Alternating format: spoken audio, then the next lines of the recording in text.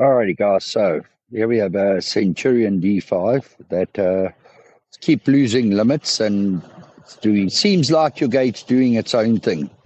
Um, and More often than not, the problem is not with the motor; it's with the gate itself. So let's go over a couple of things. This is the drive bar. This ras bar over here. Let's see if I can get in there. Needs to have a 2 millimeter clearance off the gear. Okay. If it doesn't have a 2 millimeter clearance, it's going to, like it was resting on here. You can see I've actually cut it to relieve the pressure because it was right down and making the gate hard to, I can't even push it down. So the weight of the gate was on the motor. And that's the quickest way to destroy your front gear seal, which sits in there, and destroy your motor. So you have to have that 2 millimeter clearance. It's how the meshing works on the ras bar. So more often than not, it is a ras bar. This is called a ras bar. And what happens is, and if you look at your gate, you're going to see quite a bit of, it's never going to be straight, perfectly straight, because the ground is moving all the time. So over time, your gate will settle because the ground is obviously moving, and then you're going to have to adjust this bar. This one is welded on. I prefer the weld on to the nylon ones. Nylon ones are not great, keep breaking teeth. And they're a nightmare to install in summer because those screws just strip. So I'm not fond of them. But yeah, so what's happening with this gate is that I had to relieve pressure, was too far down there.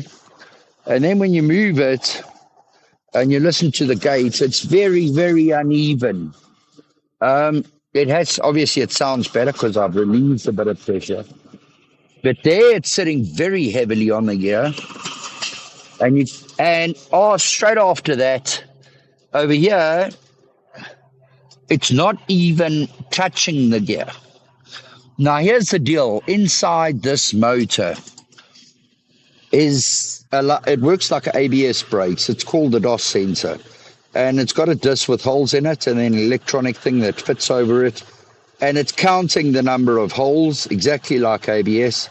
And that tells the gate where it is. So if you have a situation like here where the gate is moving, but the gear is not, it doesn't know where the gate is anymore.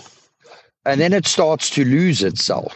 And that's why then when it does re-engage, then you sit with a proper problem. So this thing needs to be, and you have to start at one end,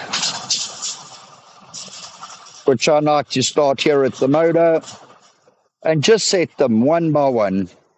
So sand it off, sand all the paint off, and get that nicely lined up on the gears that it doesn't sit too heavy. And so you move on to the next one. And that way, and you will have to come back and trim them. So you just do a tack weld here. Don't weld it solid because you're going to have to come back and cut and adjust and all that. And then there's another problem that I've noticed here. And that is where this ras bar joins. So over here, you can see this one is not bad. It's not great, but it's not bad. But it's not great. I mean, look at that gap there, and that's firmly on. And it does seem, when you look at this little gap here, that one is too close. So this last end bit will have to be cut off. And this one is terrible. You can see this joint here. So you're never going to get this gate set correctly with a gap that big. You're never going to get it right. So what I like to do is then I'll cut it, and I made a tool for this. And that's my tool. So I will cut it, and then I'll pop this on.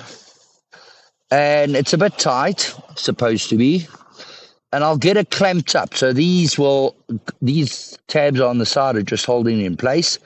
And then I'm going to clamp it up completely on so that these teeth line up perfectly and you won't get that jump the whole time when it goes over your motor gear.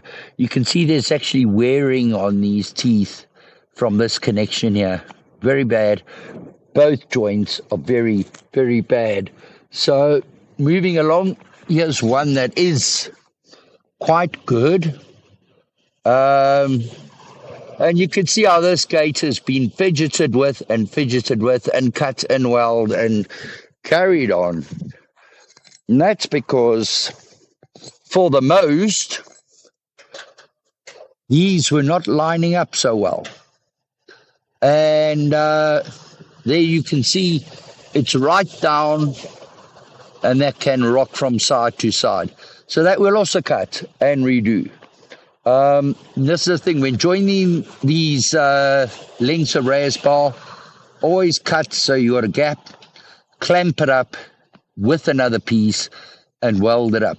That's a one important thing you have to do before you can start worrying about height and this and that, because this is going to constantly give you a headache. You're never going to come right with this. You're just not. The other thing I'd like to do first before I do this is change the wheels. So when you look at a gate wheel, which I've got over here, let's show you what. So what you never do is cut off the entire truck that holds the wheel and weld on a new one. If you have to do that, just tack it in place and get the wheel out and then weld in the truck, let it cool down correctly, and then put the wheel in.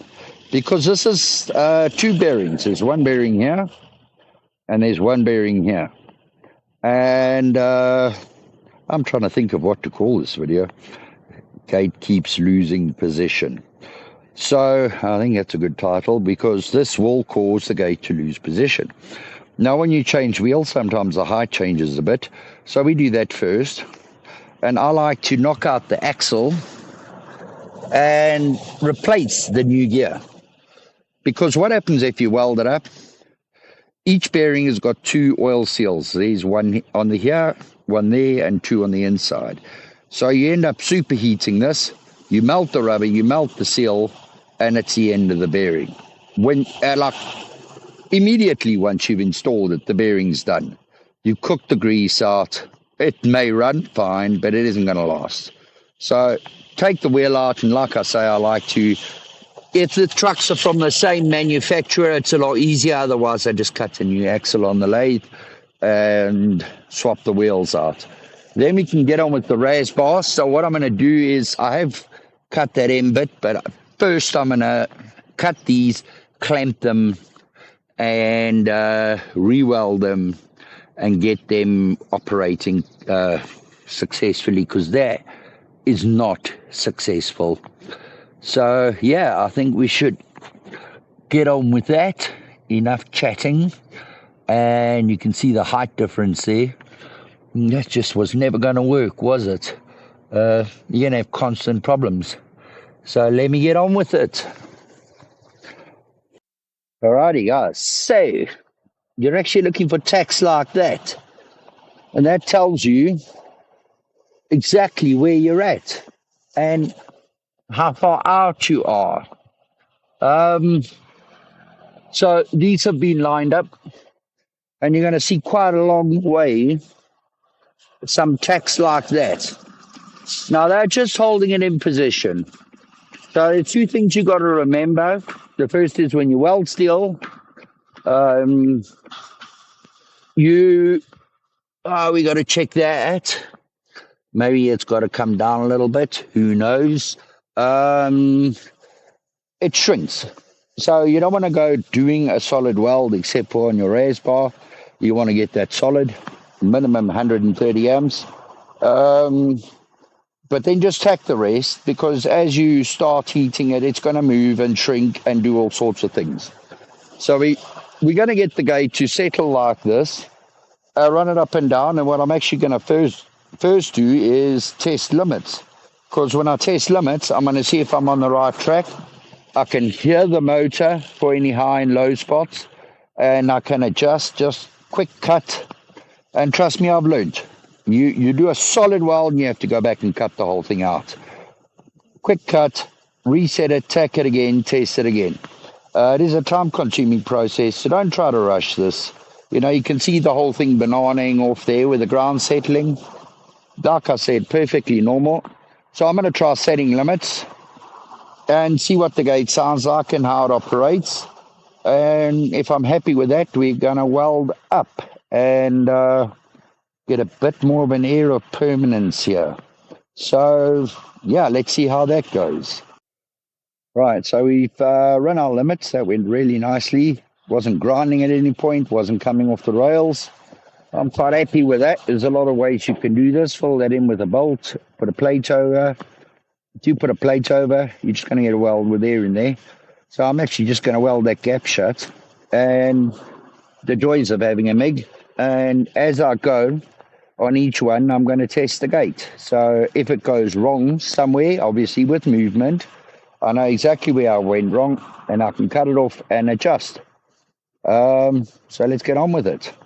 Alrighty, guys. So we are done. For those who thought those gaps couldn't be welded, there you go. Stop the gate there. Nicely done. Everything primed. New lock on the motor. And listen to how smooth it runs. You're listening for any grinding of the gears, any abnormal noise. It is driving, but what you're basically listening for is where it's too heavy or clicking because it's too light. But I'm just hearing that motor go. Gates closing nicely, limit set, everything at the right height, and all working fine. The gate no longer has a mind of its own. Thanks for watching, and if this video helped you, please like and subscribe.